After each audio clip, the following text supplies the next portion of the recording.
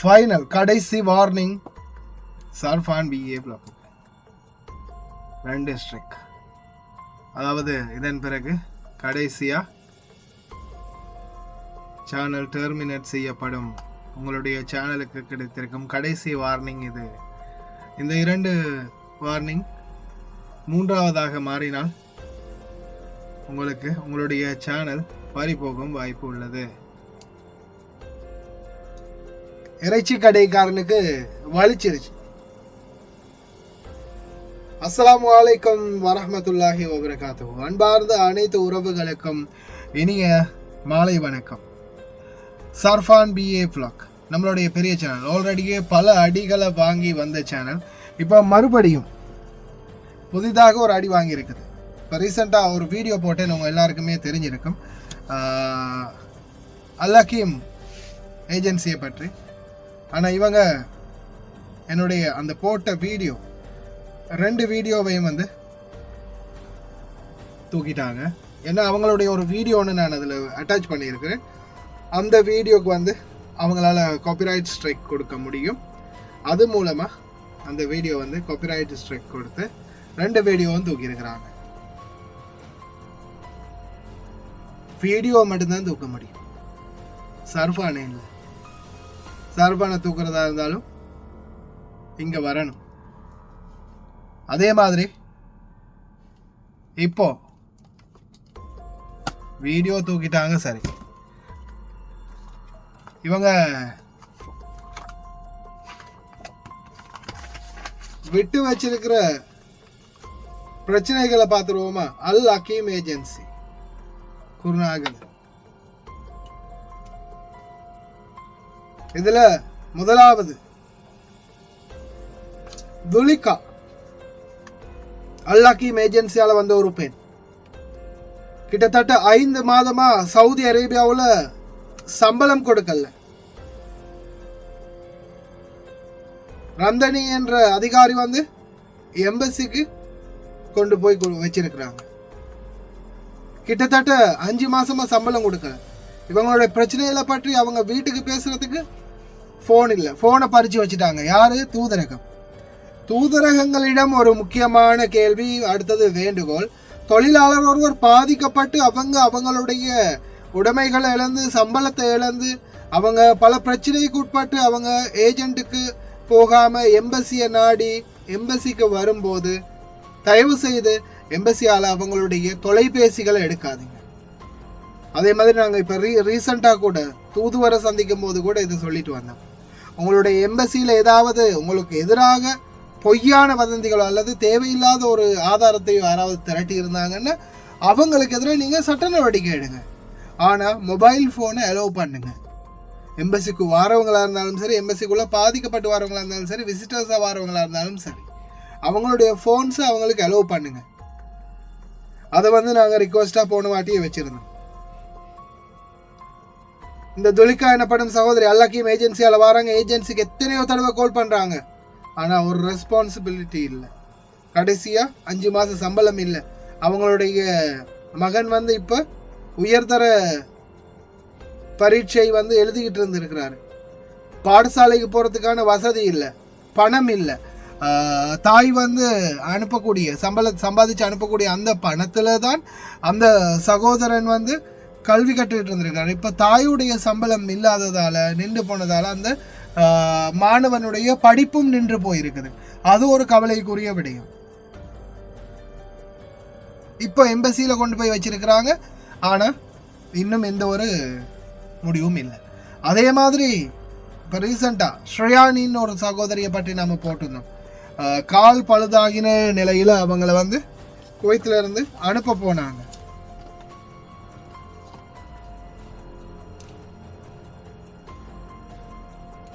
இப்போ ரீசெண்டாக இதுவும் இலங்கை தூதரகத்துக்கு நாங்கள் தெரிவிச்சிருந்தோம். அவங்களுடைய கால் பார்த்தீங்கன்னா மொத்தமாகவே அழுகி போல நிலையில் இருக்குது.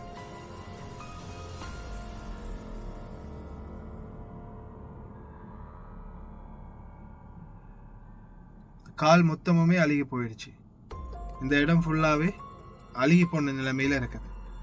இது நெகட்டிவ் வெர்ஷனில் நான் காட்டியிருக்கிறேன். ஏன்னா ரியலான புண்ணை வந்து காட்ட முடியாத சூழலால் அந்த டோட் இந்த இருக்கிற நீங்கள் பார்த்துட்டு இருக்கிற டோட் வந்து அப்படியே அழுகி போன இடம். இவங்க தான் ஸ்ரீயானி. அக்காம அடிக்கலை. கிட்டத்தட்ட 1 வருடமும் 8 மாத காலமாக ஒரு வீட்டில் வேலை பார்க்குறாங்க. அக்காம அடிக்கலை, ஒழுங்கான மருந்து எடுத்து கொடுக்கல. கடைசியில் என்ன ஆகுது, நோய்வாய்ப்படுறாங்க. நோய்வாய்ப்பட்டு பாதிக்கப்பட்டதுக்கு அப்புறமா கடைசியில் எம்பசிக்கு கொண்டு போய் வச்சிருக்காங்க. ரகசியமாக டிக்கெட்டு போட்டு அனுப்புறதுக்கு முயற்சி பண்ணிக்கிறாங்க கிராமம்லாம் காட்டி. ஆனால் இவங்களுக்கு உரிய நீதி பெற்றுக் கொடுக்கணும் அப்படின்றதால எம்பசியை கொண்டு வச்சிருக்காங்க. இவங்களுடைய ஃபோனும் வேலை செய்யுது. இவங்களை பற்றி இவங்களுக்கு என்ன நடந்துச்சு இவங்களை பற்றி எந்த தகவலும் இல்லை. அது ஒரு பக்கம். Sriyani no responsibility, no response, embassy no responsibility. அடுத்ததா அனுலாவதி குவைத்துக்கு வந்திருக்கிறாங்க. கிட்டத்தட்ட 5 வீடு மாத்திட்டாங்க. கிட்டத்தட்ட 5 வீடு மாத்திட்டாங்க. உபாலி அப்படின்ற ஒரு நபர், நல்லக்கீம் ஏஜென்ட்டுடைய கைகூலி உபாலி அப்படின்ற ஒரு நபர் இந்த பெண்ணை வந்து வேலைக்கு போட்டிருக்கிறாரு. கிட்டத்தட்ட 5 வீடுகள் மாற்றி மாற்றி மாற்றி போட்டிருக்கிறாங்க. இப்போ இதை வந்து எப்படின்னா சில ஏஜென்ட்டுகள் என்ன பண்ணுறாங்கன்னா இதை வந்து பிஸ்னஸ் ஆக்கிட்டாங்க. அக்காமா அடிக்கிறதும் இல்லை, பாஸ்போர்ட் எங்கன்னு தெரியாது. ஒரு கஃபீல்கிட்ட இருந்து இன்னும் முதலாவது கஃபீல்கிட்ட இருந்து இன்னும் பாஸ்போர்ட் எடுக்கலை. அது அதை விட பெரிய பிரச்சனை. அடுத்ததா இந்த அனுலாவத்தின்ற ஒரு அம்மாவை வந்து பார்த்தீங்கன்னா அல்லக்கீம் ஏஜென்சியால் வந்தவங்க 5 ஏஜென்சி 5க்கு மேற்பட்ட வீடுகளுக்கு போட்டும் அதுக்கு மேலேயும் என்ன பண்ணுறாங்க, இப்போ அவங்களுடைய பாஸ்போர்ட்டும் இல்லை, அவங்கள நாட்டுக்கு அனுப்ப போகிறதும் இல்லை, ஒரு வீட்டுக்கு நிரந்தரமாக போட்டதும் இல்லை. உபாலி எனப்படும் ஒரு நபர், அல் அகீம் ஏஜென்சி பேரை சொன்னா ஸ்ட்ரிக் பண்ணீங்களா மயிரன்னு போச்சு. நீங்கள் எத்தனை சேனல் இல்லாமல் ஆக்கினாலும் சரி, சேனலை தான் இல்லாமல் ஆக்கணுமே தவிர சர்ஃபான் இல்லாமல் ஆக்கலாம். அப்படி இல்லாமல் ஆக்குறேன்னா அது இறைவனுடைய நாட்டம் இருக்குன்னு என்னுடைய ஆயுஸ் என்னைக்கு முடியுதோ அன்னைக்கு நானும் இல்லாமல் போகிறவன் தான். ஆனால் நீங்கள் இந்த யூடியூப் சேனலுக்கு ஸ்ட்ரிக் பண்ணலாம், இந்த யூடியூப் சேனலை இல்லாமல் ஆக்கலாம். ஆனால் இந்த சர்ஃபானுடைய முயற்சியை, இந்த பேச்சை, இந்த வீடியோ கண்டென்ட் ரெடி பண்ணுறத உங்களால் நிறுத்த முடியாது. இன்னும் 1000 சேனல் ஓப்பன் பண்ணி சரி நான் வீடியோ போட்டுக்கிட்டே தான் இருப்பேன். ஏன் இதுக்கு முன்னாடி இந்த சேனலை ஹேக் பண்ணி தூக்கின அப்புறமா எனக்கு மக்களுடைய ஆதரவு கிடைச்சி தான் சர்ஃபான் பிஏ பிளாக் 2 திறந்தோம். அதுக்கு பிறகு சர்ஃபான் ஆல்வேஸ் வித் யூ சேனலையும் திறந்தோம். 2 சேனல்லையும் இப்போ 50,000க்கு மேற்பட்ட சப்ஸ்கிரைபர் இருக்கிறாங்க. இந்த சேனலை தூக்கினாலும் இன்னும் 2 சேனலை தூக்கினாலும் 4, 5, 6ன்னு நான் ஒவ்வொரு சேனல் மூலம் வந்துக்கிட்டே இருப்பேன். நீங்கள் வந்து மொனிடைசேஷன் பண்ண விடாட்டியும் காப்பிரைட் கொடுத்தாலும் ஸ்ட்ரைக் பண்ணினாலும் வீடியோக்கள் தொடர்ந்து வந்து கொண்டே தான் இருக்கும். ஏன்னா நீங்கள் நியாயமானவங்களாக இருந்தால் அதே வீடியோ வச்சு நீங்கள் வேணால் வீடியோ ரெடி பண்ணியிருக்கலாம். வீடியோ தூக்க காரணம் என்ன, ஏன் உங்களுடைய களவு வெளியில் வருது அப்படின்றதால, நீங்கள் உங்களுடைய திருட்டுத்தனம் வெளியில் வருது அப்படின்றதால நீங்கள் என்ன பண்ணுறீங்க, வீடியோவை தூக்குறீங்க. இல்லைன்னா ஏன் தூக்காமல் இருக்கணும், ஏன் தூக்கணும் வீடியோ அப்படியே வச்சு தைரியம் இருந்தால் பேசியிருக்கலாமே. தைரியம் இல்லை, எல்லாமே உங்களுடைய திருட்டு வேலைகள் எல்லாம் வெளிவருது, அதால தூக்குறீங்க. இதுல ஒரு வாய்ஸ் இருக்குது.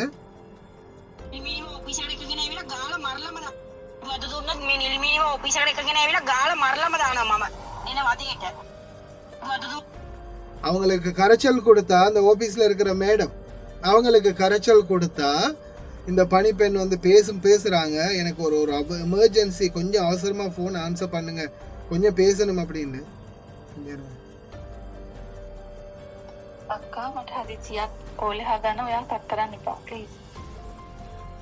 அவங்க வந்து வேற ஏதாவது இதா பேசவும் இல்லை, திமிரா பேசவும் இல்லை. அக்கா எனக்கு ஒரு எமர்ஜென்சி, கோலை ஆன்சர் பண்ணுங்க, கட் பண்ணாதீங்க ப்ளீஸ் அப்படின்னு சொன்னதுக்கு தான்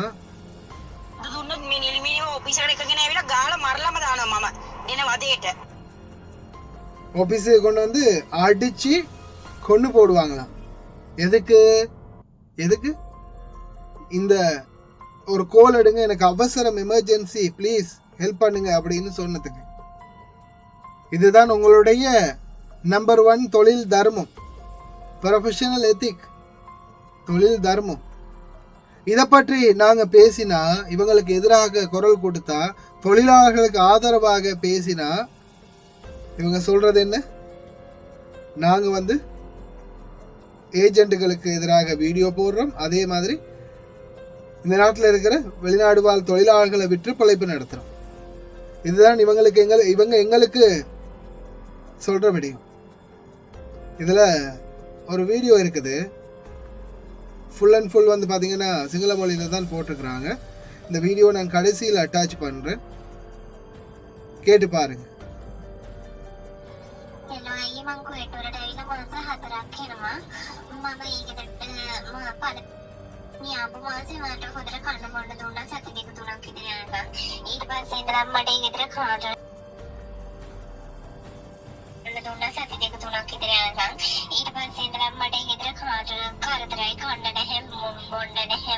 சாப்பிட கூட ஒண்ணும் இல்ல.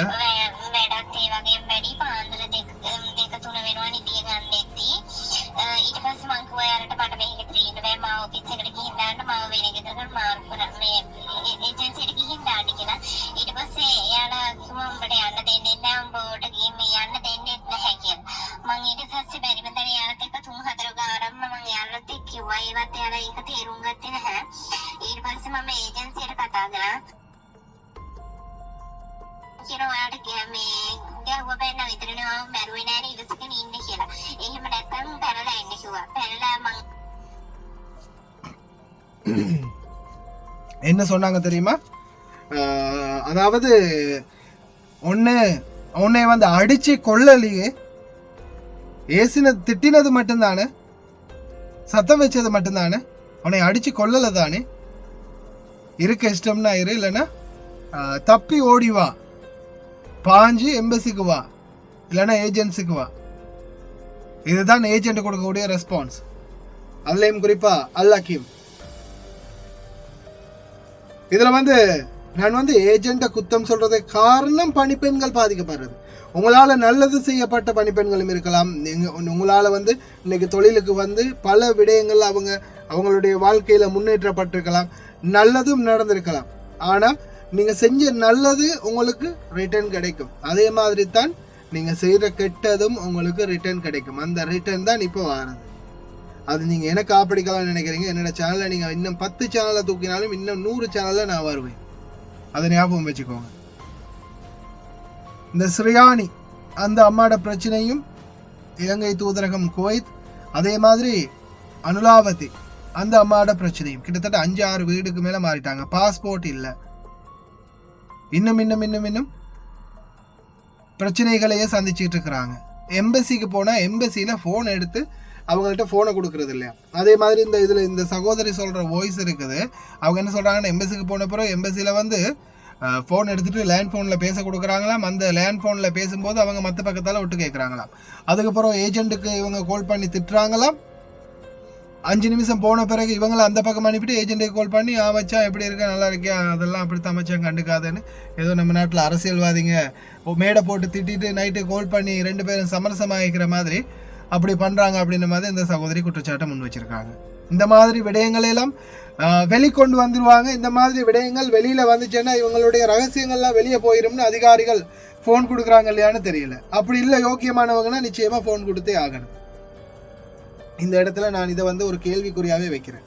நிச்சயமாக இது சம்பந்தமாக மறுபடியும் இலங்கை தூதுவர் சரி, அதே மாதிரி குவைத்துக்கான இலங்கை தூதுவர் சரி, அதே மாதிரி மற்ற அனைத்து தூதரகங்கள்லையும் இது சம்பந்தமாக விசாரிச்சே ஆகணும். ஏஜென்ட்டுகளுக்கு கைக்கூலியாக போகிறத அதிகாரிகள் என்னைக்கு நிறுத்துகிறாங்களோ அன்னைக்கு தான் இந்த நாட்டில் வரக்கூடிய தொழிலாளர்கள் நிம்மதியாகவும் சுபிச்சமாகவும் வாழ முடியும். தொடர்ந்து இந்த மாதிரி ஏஜென்ட்டுகளுக்கு கைக்கூலியாக போனாங்கன்னா நிச்சயமாக தொழிலாளர்கள் பாதிக்கப்படுவாங்க. அதுதான் உண்மையான நிதர்சனம். அல்-ஹக்கீம் ஏஜென்சி மூலமா போறீங்களா? அல்லாட காவல், இறைவன் உங்களை பாதுகாக்கட்டும், அவ்வளவுதான் சொல்ல முடியும். பார்த்து போங்க. அதுக்கப்புறமா அழுதுட்டு வராதிங்க. இந்த சிங்கள சகோதரியோட வாய்ஸ் இருக்குது, சிங்களம் தெரிஞ்சவங்க கேட்டு பாருங்க. இன்னும் அதிகமான உண்மைகள் வெளியே வரும். கடைசி வரைக்கும் பார்த்து எல்லாருக்குமே ரொம்ப நன்றி. சேனலை தூக்க போறாங்களாம், இன்னொரு ஸ்ட்ரைக் கொடுத்து இந்த வீடியோக்கு ஸ்ட்ரைக் கொடுத்து சேனலை தூக்கிட்டாங்கன்னா அதுக்கப்புறமா ஏதாவது ஒரு புதிய சேனலில் வரேன். இதுக்குன்னு சப்போர்ட்டை பண்ணுங்கள், அதுக்குன்னு சப்போர்ட்டை பண்ணுங்கள். உங்களுக்காக தான் குரல் கொடுக்குறது. வரக்கூடிய வாய்ஸஸ்களை தெரிஞ்சவங்க மறக்காமல் கேளுங்க. முடிஞ்ச வரைக்கும் ஷேர் பண்ணுங்கள். එලොයි මං කුවේටවලට ඇවිල්ලා මාස 4ක් වෙනවා. මම ඒ ගෙදරට පළවෙනි ආපු මාසේ මට හොඳට කන්න බොන්න දුන්නා සති 2-3ක් විතර යනකම්. ඊට පස්සේ ඉඳලා මට ඒ ගෙදර කරදරයි, කන්න නැහැ, බොන්න නැහැ, වතුර ටිකක්වත් නැහැ. වැඩත් ඒ වගේම වැඩි. පාන්දර 2-3 වෙනවා නිදිය ගන්න දෙද්දී. ඊට පස්සේ මං කිව්වා යාළුවට මට මේ ගෙදර ඉන්න බෑ, මාව ඔෆිස් එකට ගිහින් දාන්න, මාව වෙන ගෙදරකට මාරු කරා මේ ඒජන්සියට ගිහින් දාන්න කියලා. ඊට පස්සේ එයාලා කිව්වා උඹට යන්න දෙන්නේ නැහැ, උඹට ගිහින් යන්න දෙන්නෙත් නැහැ කියලා. මං ඊට පස්සේ බැරිම දැන එයාලත් එක්ක 3-4 ගානක්ම මං එයාලත් එක්ක කිව්වා. ඒවත් එයාලා ඒක තේරුම් ගත්තේ නැහැ. ඊට පස්සේ මම ඒජන්සියට කතා කරා. ඒජන්සියට කතා කරාම කියනවා ඔයාලට මේ ගැහුවා බෑන්න විතරනේ, ආව මැරුවේ නෑනේ, ඉවසගෙන ඉන්න කියලා. එහෙම නැත්නම් පැනලා එන්න කිව්වා. පැනලා මං හොරෙන් පැනලා මම මේ කිසිම මම ෆස්ට් ටයිම් රට ආවේ. හොරෙන් පැනලා මම එයාලා ගාවට යන්න ඕනේ නෑනේ. මං ඊට පස්සේ මට කරන්නම දෙයක් නැති පාර මම ලංකාවේ ඒජන්සියටත් කතා කරා. ලංකාවේ ඒජන්සියෙන් කිව්වා ඊට පස්සේ ඔයා ගියේ වැඩ කරන්නේ ගන්න පඩියට වැඩ කරන්න, ඉවසගෙන ඉන්න, මේ නැතුව මේ නැන්දම්මයි එලි වගේ රණ්ඩු වෙන ගානට ගෙවල් වලට මාරු කරන්නේ නැහැ කියලා. ඊට පස්සේ ආයෙ කෝල් ගත්තා ෆෝන් එක උස්සන්නේ නැහැ. ඊට පස්සේ මම බැරිම තැන 4-5 ගමනක් කොහොම කෝල් කරලා කිසිම ඇක්ෂන් එකක් යාලා ගත්තේ නැහැ. ඊට පස්සේ ගෙදර මහත්තයා ගිහිල්ලා ෆැමිලි කරා ඒජන්සියට, ලංකාවේ ඒජන්සියට. ඊට පස්සේ ලංකාවේ ඒජන්සියට ගියන් පස්සේ ලංකාවේ ඒජන්සියෙන් කතා කරා මහත්තයාත් ඉන්න තැනම මට. එයාලා කතා කරාන් පස්සේ කිව්වේ දවස් 2ක් ඇතුළත හරි අපි නෝනව ඒජන්සියට ගෙන්නලා වෙන ගෙදරකට මාරු කරන්නම් කියලා. හැබැයි මහත්තයා ෆැමිලිලා දාලා ගියාමයි ආයේ ඒජන්සියෙන් කිසිම මේ කතා කිරිල්ලක්වත් හෙවිල්ලක් බැලිල්ලක්වත් කිසිම දෙයක් නැහැ.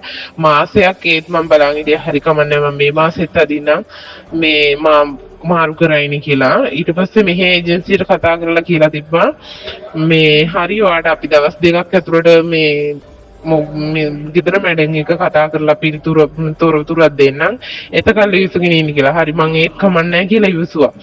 ඊට පස්සේ මෙහි ඒජන්සියෙන් කිසිම තොරතුරක් නැහැ. ෆෝන් ගත්තට ආන්සර් කරන්නේත් නැහැ. එකපාරක් ආන්සර් කරලා කිව්වා මේ හරි පස්සේ ගන්නම් මම දැන් වැඩක ඉන්නේ කියලා. ඊට පස්සේ ආයෙ පස්සේ 4-5 ගමන ගද්දි ෆෝන් එක ආන්සර් කරන්නේ නැහැ. ඊට පස්සේ මම කරන්නම දෙයක් නැත්නම් මට ඒ ගෙදර ඉන්නම් බැරි තැන මම ආවා එම්බසියට පැනලා හොරෙන් ටැක්සි එකක. ටැක්සි එකකින් එම්බසියට ආවන් පස්සේ එම්බසියෙන් කරන දේ තමයි අපි ආපු ගමන්ම ෆෝන් එක ගන්නවා. ඊට පස්සේ ඔෆිස් එකේ ෆෝන් එකක් දෙනවා අපිට විනාඩි 5යි කතා කරන්න දෙන්නේ. ඒකත් හවස 6:00ට 7ට විතර ඒ වෙලාවට ගෙවල් වල මිනිස්සුනිදි අපි කතා කරන හැම පෞද්ගලික දෙයක්ම ඒ ෆෝන් එකේ රෙකෝඩ් වෙනවා. මොකද අපිට කිසිම පෞද්ගලික දෙයක් කතා කරන්න බෑ. එයාලගේ ෆෝන් එකේ ඔෆිෂියල් ෆෝන් එකේ රෙකෝඩ් වෙනවා. ඉතින් අපිට කිසිම තොරතුරක්වත් දී ගන්න විදිහක් නැහැ. ඒ වගේම තමයි එම්බසියට ආවම එම්බසියෙන් කරන දේ තමයි ඒජන්සියට කතා කරලා අපි ඉන්න තැන බොරුවට කතා කරලා ඒජන්සියට පයින්නවා. ඊට පස්සේ එයාලා වෙනම කතා කරලා අපි ඉන්න තැන බොරුවට කතා කරනවා. එයාලා ඉන්න අපි ගියන් පස්සේ ඒජන්සියට කතා කරලා එයාලාගේ යටි කූට්ටු මේ හොරෙන් යටි කූට්ටුව කතා කරලා හිටන් එයාලට පගාවක් දීලා මේ කිසිම අපිට සාධාරණයක් වෙන්නේ නැහැ. එතන අම්මලා කිහිප දෙනෙක්ම ඉන්නවා.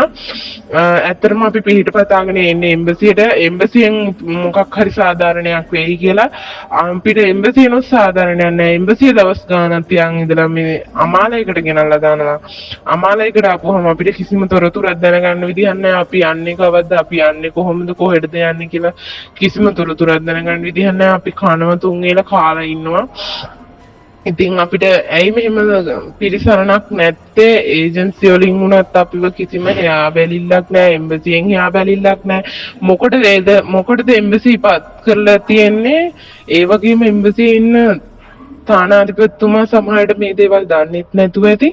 මං ඉල්ලන්නේ ඔයාලගෙන් මේ වෙන දේවල් වලට සාධාරණයක් කරලා දෙන්න කියලා මම ඉල්ලනවා ඔයාලගෙන්. පුළුවන් නම් ඒ අම්මලාට සාධාරණයක් කරලා දෙන්න. අමාලයකෙත් ඉන්නවා අම්මලා 2000කට ආසන්න පිරිසක්.